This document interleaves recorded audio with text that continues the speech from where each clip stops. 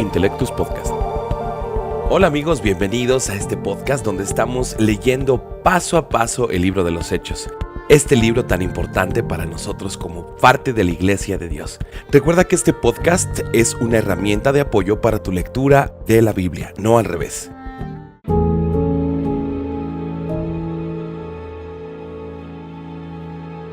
Estoy consciente que en el capítulo anterior no hablamos de los últimos versículos de Hechos capítulo 4.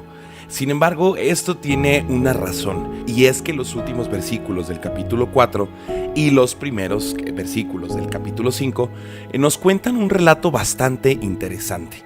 Nos presentan a un hombre llamado José, que tenía una heredad, supongo que algún tipo de terreno o tierras que sus padres le habían dejado, y este procede a venderlas y a entregarle el dinero a los apóstoles.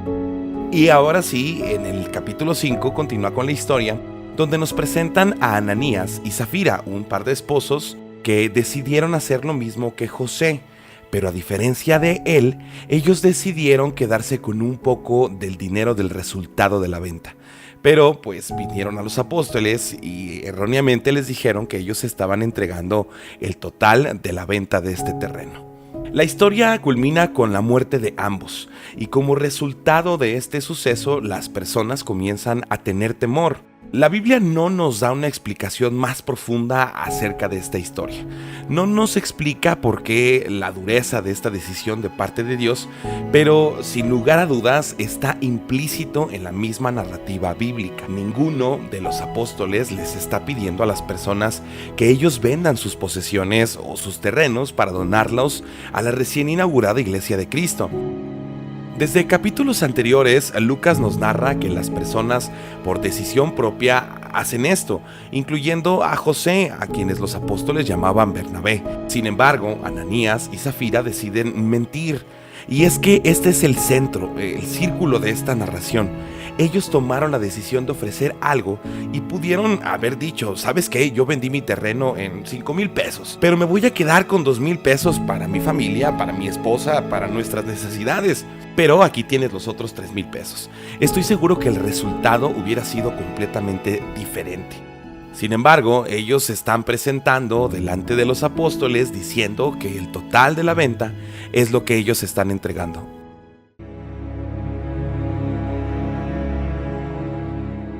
Dios está siendo exigente, está demostrando desde los inicios de la iglesia la importancia de la honestidad y la pureza, pero recuerda que aún Pedro le dio la oportunidad a la mujer de decir la verdad. Sin embargo, ella, al no saber lo que había pasado o las consecuencias en su esposo por haber mentido, decide continuar con la mentira. Pedro toma su lugar como autoridad apostólica. Dios lo respalda por lo mismo, porque Pedro le dijo a aquella mujer, y aquí los jóvenes que han sepultado a tu marido te sacarán a ti también. Lucas termina pronto esta historia y a partir del versículo 12 comienza a cambiar el enfoque de este capítulo y nos comienza a platicar que los milagros y las señales comienzan a acompañar el ministerio de los apóstoles, a tal grado que las personas traían enfermos de otras ciudades y los ponían en el camino con la esperanza de que la sombra de Pedro los tocara para que así fueran sanados. ¿Qué?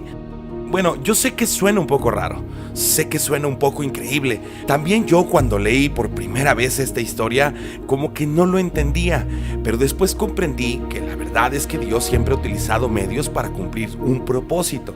No sé, piensa por ejemplo en el agua que se utiliza para bautizar a las personas. El agua no tiene poder, pero es un puente entre Dios y los seres humanos y lo que está pasando en ese momento. Lo mismo pasa con el aceite. Cuando las personas ungían o aún en la actualidad aún ungen, no se trata de que el aceite sea mágico o que tenga poderes espirituales. Simplemente es un puente entre lo que Dios va a comenzar a hacer, ya que las personas deciden creer, y es una manera de reconocer el poder de Dios en sus vidas. A partir del versículo 17 comienza este estira y afloja por parte de los saduceos y fariseos.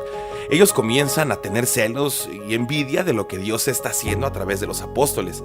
Hay una parte muy divertida en estos versículos, y es que logran meterlos a la cárcel a los apóstoles, y un ángel de Dios viene y los libera, y les dice que vayan y vuelvan a hacer lo que estaban haciendo cuando los arrestaron. Hay mucho aprendizaje en estas palabras, y podríamos hablar del cuidado de Dios, del propósito de Dios, del peligro de ir en contra de lo que el mundo nos enseña, pero al final de cuentas yo creo que cada uno de nosotros recibe de esta parte de la historia lo que Dios quiere transmitirnos a cada uno.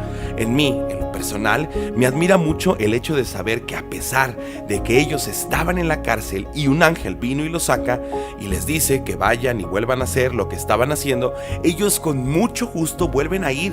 Es una manera divertida en la que Dios les está diciendo que van por un buen camino y que tienen que seguir haciéndolo. Más adelante, en los versículos 22 al 33, comienza a evidenciar el poder que Dios tiene. Los guardias de la cárcel se dan cuenta que ni siquiera las cerraduras han sido forzadas, es decir que algo había pasado, y por eso van y se lo explican a los sacerdotes. Por un momento ellos entienden que evidentemente tuvo que intervenir Dios, y aún así deciden volver a hacer afrenta a aquellos hombres que están trabajando para Dios. Es curioso que para este punto de la historia los sacerdotes quieren como limpiar su conciencia y a comenzar a utilizar palabras de este tipo. ¿Por qué ustedes quieren hacernos responsables de la muerte de Jesús? ¿Acaso no les prohibimos hablar de él? Una dualidad un poco extraña. Y una vez más podemos observar y leer con mucha atención que los apóstoles comienzan a contestar sin miedo y les dicen es necesario obedecer a Dios antes que a los hombres. Y sí, confirman que Dios resucitó de los muertos a aquel que ellos mataron. Evidentemente a ellos no les gustó esta respuesta y estaban muy molestos por lo que hablaban y la manera en que lo hacían. Sin embargo, dentro de este concilio de sabios había uno llamado Gamaliel, y les recuerda el nombre de dos personas que anteriormente se habían levantado a predicar, un Judas y un tal Teudas, y ambos al morir todos sus seguidores se esparcieron y desaparecieron por cualquier parte del mundo. Él aconseja que los dejen en paz, que Jesús ya había muerto y que muy probablemente, si esto no era parte de Dios, terminaría en algún momento, y de ser de manera contraria se podrían encontrar peleando en contra de Dios. Como parte de la gente futura que estamos leyendo esta historia, podemos darnos cuenta que la diferencia entre el tal Judas y Teudas es que estaban muertos y Jesús no lo está. Pero bueno, las demás personas deciden darle la razón, pero no se iban a quedar tan tranquilos ni se iban a quedar contentos por la manera en la que los apóstoles les habían ofendido. Así que deciden golpearlos, azotarlos, amenazarlos y decirles que dejen de hacer lo que están haciendo. Una vez más podemos sorprendernos y admirarnos de la actitud que los apóstoles están teniendo. Están felices y gozosos de haber sido dignos de padecer afrenta por causa del nombre de Jesús. Y el último versículo dice: todos los días en el templo y por las casas no cesaban de enseñar y predicar a Jesucristo.